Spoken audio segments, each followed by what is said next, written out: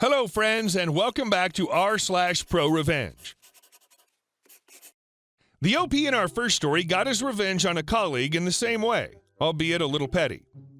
But before we begin, don't forget to subscribe to our channel if you're new here and turn on notifications so you don't miss a new video every single day.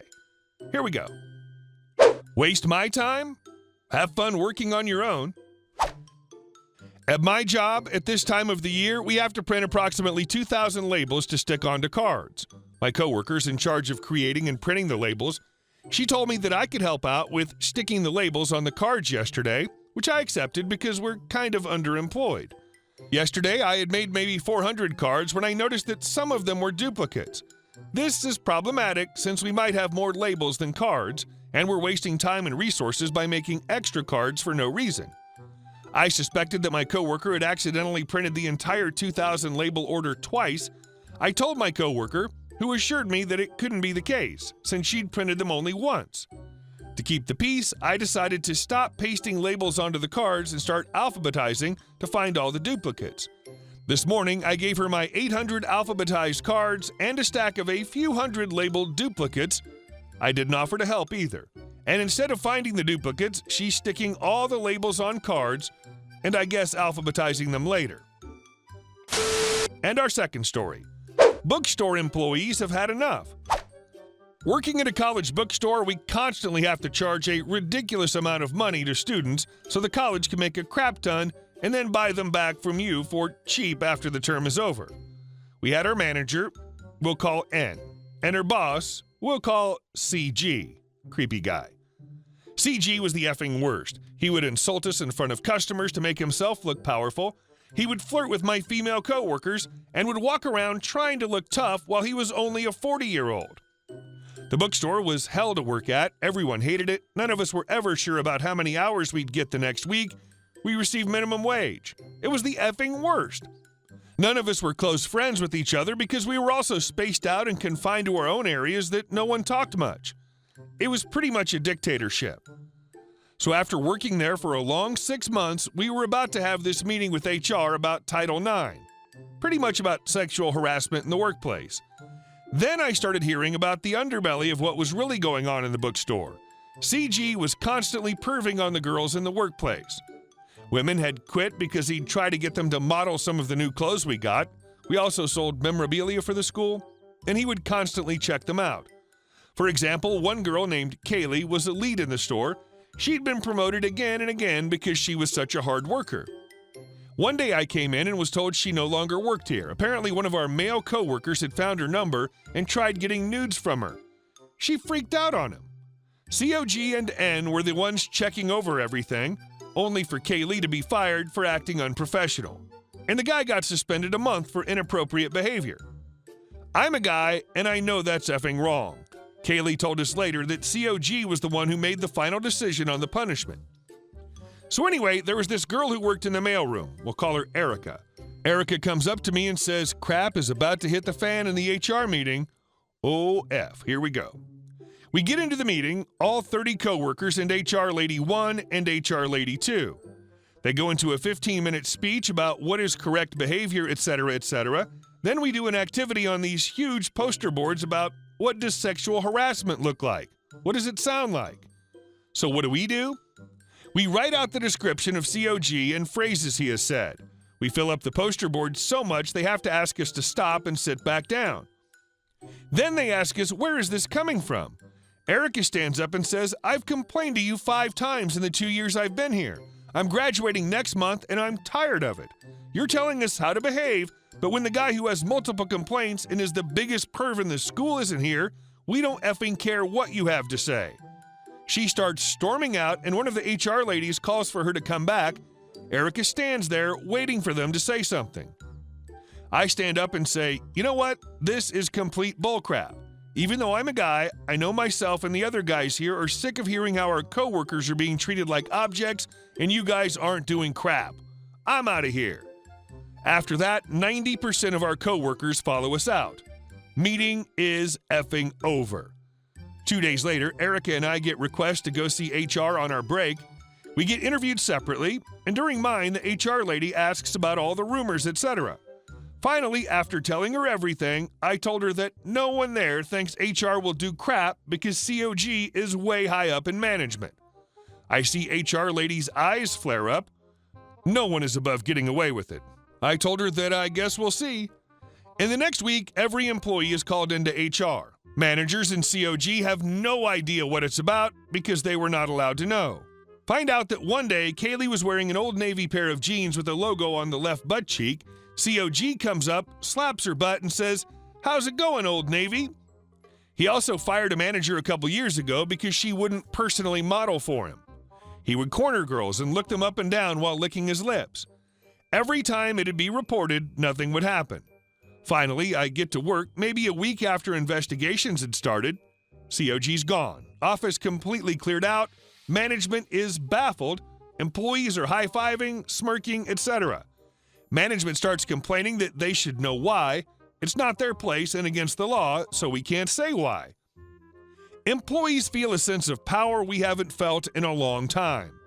Find out the day he's coming in to pick up his last check, invite Kaylee to the store, we all glare at him while he walks by. CG turns red as F out of anger/embarrassment. Around this time, it's summer, so they lay off a bunch of people. We went from about 30 employees to about 12.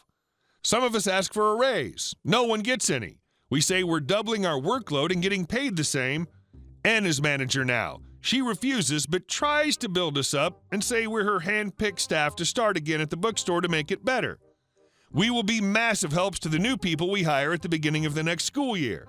Once again, most of us ask for a raise. 2 people get one as they're promoted to lead. Last 10 of us are furious. Unknown to each other, we're all searching for different jobs. I still laugh when I remember my manager's face when she gets 10 people giving their 2 weeks' notice at the end of the summer.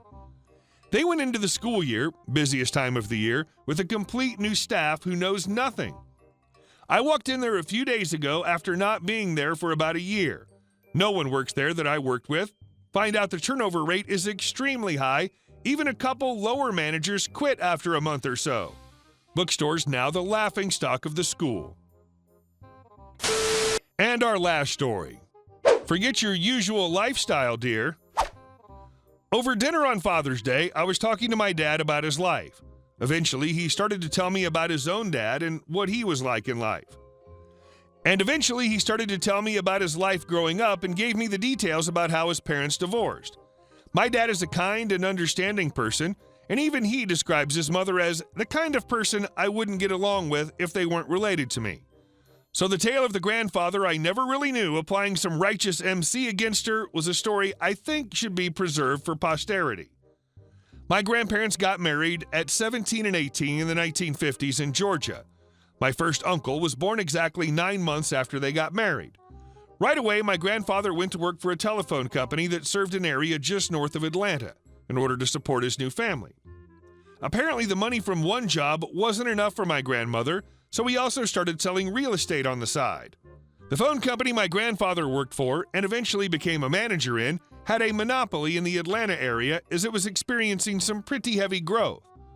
Whenever they wanted to expand their coverage, they'd have to go out and lay more phone cable themselves, a process which cost, according to my dad, hundreds of thousands of dollars depending on the land and the length of the cable.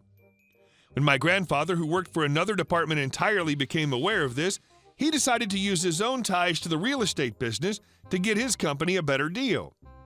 Now, instead of dealing with an Atlanta-owned real estate company in a small county north of Atlanta, they were dealing with a local real estate company, a change that saved the phone company tens of thousands of 1960s dollars. This earned my grandfather a prestigious promotion and eventually got him into some big trouble. The owner of the real estate agency, being a good friend of my grandfather, came to him in private and offered to pay him his commission for the real estate deal he facilitated. My grandfather vehemently refused. "If I accept this money and word gets out, I'm going to lose my job. I'm a manager. They have higher standards for me." "Well," said the real estate agent, "I'm certainly not going to tell anyone, and you did earn this." Not knowing exactly what to do, my grandfather went home to my grandmother to get her opinion. Without hesitation, she told him to accept the deal. They then used the $4,000 to get central air conditioning for their house and to cover up those ugly hardwood floors with carpet. It was a thing to do back then, I guess. I wasn't kidding about the company having higher standards for their managers. Apparently, to give the company good credibility, the company required its managers to be mentioned in the newspaper in a positive way at least twice a year, be involved in their local church, and at least one other organization. Divorce wasn't exactly common in the 1970s, and in a highly religious state like Georgia, it was highly frowned upon. If my grandfather ever got a divorce from my grandmother, he would likely get demoted and might even lose his job. My grandmother held that over his head constantly. By the time my dad came around 15 years after their first kid, screaming fights that lasted hours were common in their house. My grandfather knew that he had to get a divorce after a shouting match that lasted the duration of a several-hour road trip to the beach. He looked to the back seat of the car and saw my dad and his brother cowering in fear. So the next time my grandmother threatened to sue him for divorce, he called her bluff. And it was ugly. It involved lots of throwing things on the part of my grandmother and lots of shouting from both of them. The divorce proceeding between his parents was so bad that my dad was initially hesitant to ever have kids because he never wanted to put them in the situation he grew up in. The divorce proceeding came to a head when my grandmother, in an act of pure spite, brought up the commission check my grandfather had earned all those years ago. My grandfather was very nearly fired from his company after being a model employee for over 25 years. In the end, he was demoted slightly, but received a very large pay cut. The hissy fit my grandmother threw when she realized that would cut into her alimony checks was legendary. She had to give up the lifestyle she'd grown accustomed to, which was something she did not want to do. In the end, it was the ultimate example of cutting off your nose to spite your own face.